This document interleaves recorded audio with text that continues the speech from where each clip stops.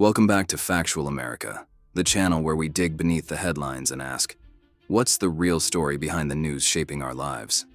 Today, we're tackling a subject that sparked debate in parliaments, inspired countless articles, and stoked controversy across social media: the United Nations Agenda 2030, and the persistent speculation that it's a vehicle for creating a so-called one-world government. What's fact and what's fiction? And should Americans be concerned? Buckle up, because what's coming might surprise you. To start, let's clarify exactly what Agenda 2030 is. In September 2015, world leaders gathered at the United Nations to adopt what they called the 2030 Agenda for Sustainable Development.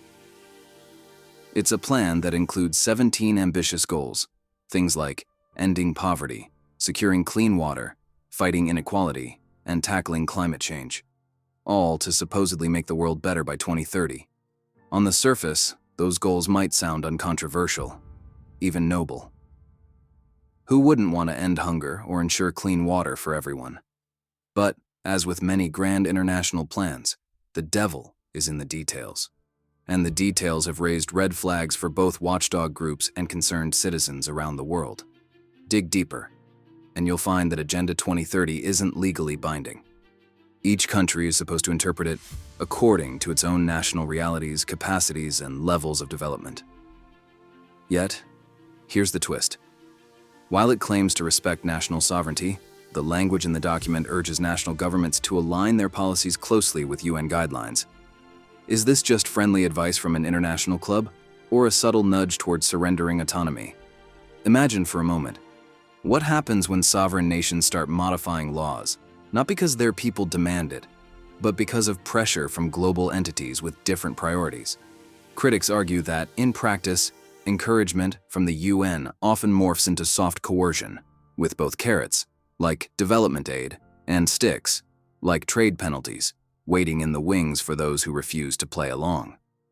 One area stirring particular concern is the proposed global oversight of things like energy use, food systems, land management, and healthcare, all areas historically managed at the local or national level.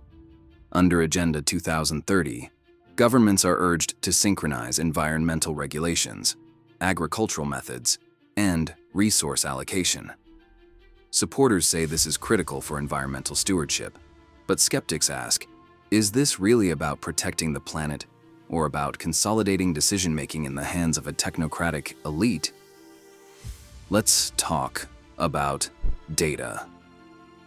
One unsung pillar of the 2030 Agenda is data-driven progress.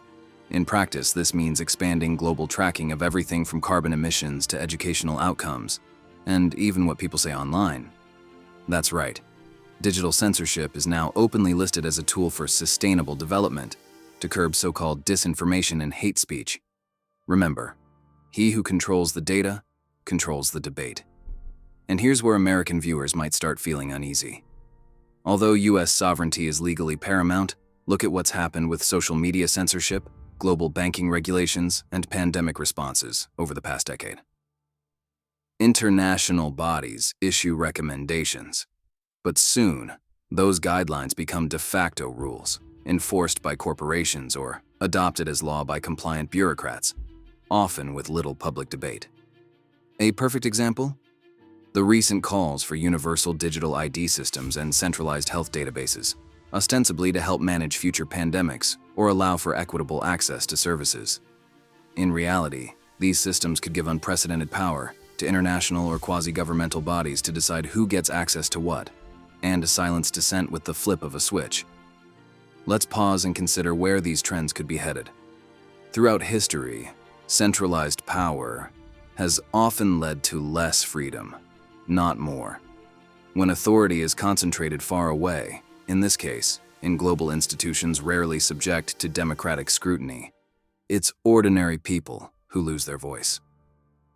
Already, unelected panels and organizations like the World Health Organization or the International Monetary Fund wield enormous influence over national policy, sometimes without a single elected American in the room. Supporters insist that Agenda 2030 is simply a cooperative framework, that it can't undermine our freedoms, They argue, in a world as interconnected as ours, only collective action can tackle problems like climate change or global poverty. But history shows there's a razor-thin line between cooperation and top-down control, especially when global problems become a catch-all justification for rewriting the rules.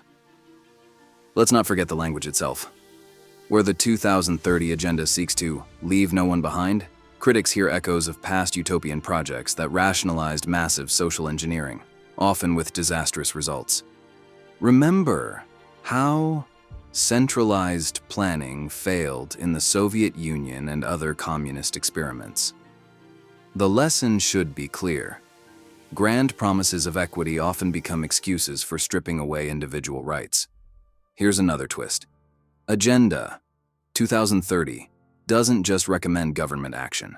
It also calls on all stakeholders, including corporations, activist NGOs, and philanthropic foundations, to help implement its agenda.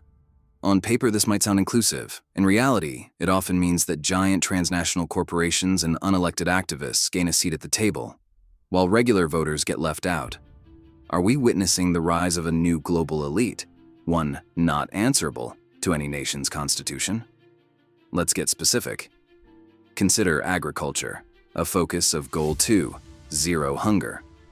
Global authorities are increasingly pushing for radical changes in farming, promoting lab-grown meats, insect-based foods, and restrictions on traditional livestock practices to supposedly reduce carbon emissions. Yet for many working-class farmers, these changes threaten livelihoods, traditions, and even food security. Based on the Tiapuritilisium Zone Desert Railway. Som sensoras we sandilioiar.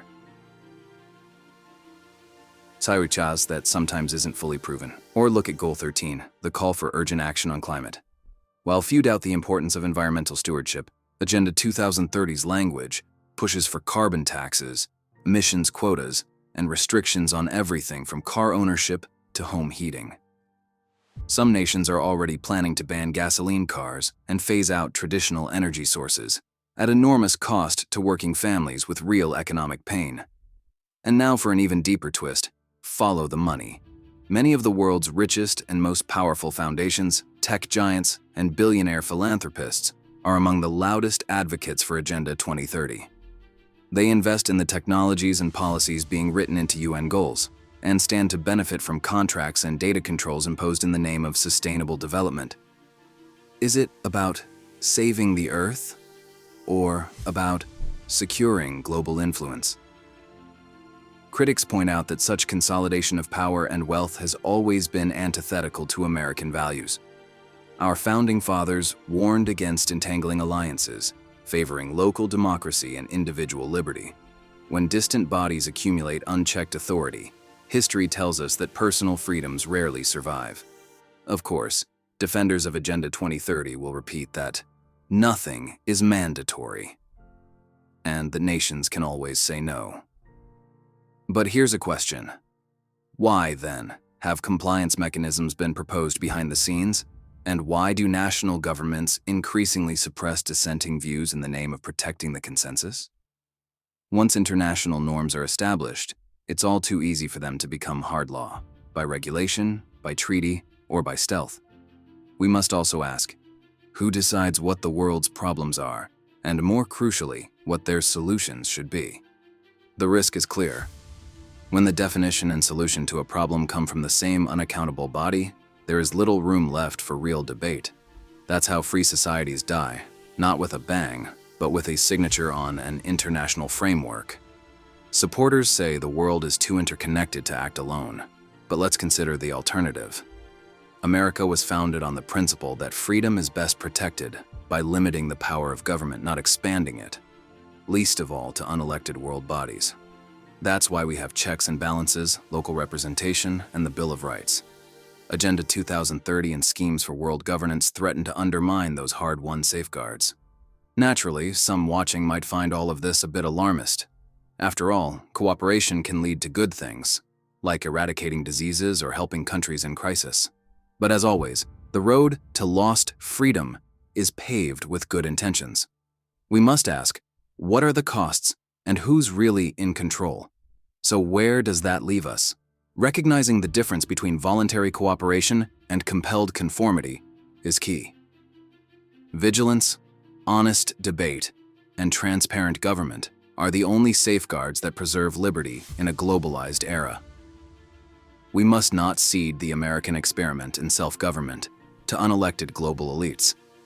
No matter how well-intentioned their blueprints, the real threat of Agenda 2030 may not be a sudden takeover, but a gradual shift, an incremental erosion of national sovereignty in the name of progress.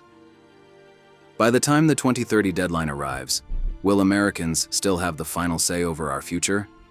Or will those decisions be made in a boardroom by people we've never elected? One thing is certain: if we don't ask questions now, if we leave decisions to distant technocrats, by the time we notice our freedoms eroding, it may already be too late. The price of liberty, as always, is eternal vigilance. So what do you think? Is Agenda 2030 a genuine attempt at global cooperation, or the thin end of the wedge for a one-world government? Are the risks overblown, or is there a real danger of losing our national sovereignty? I want to hear your thoughts in the comments below. And as always, here on Factual America, your voice matters. Let us know what topics you want us to cover next. Should we dig deeper into digital ID, social credit systems, or how technology is changing global governance? Subscribe, hit the bell, and stay informed, because the facts matter. See you next time.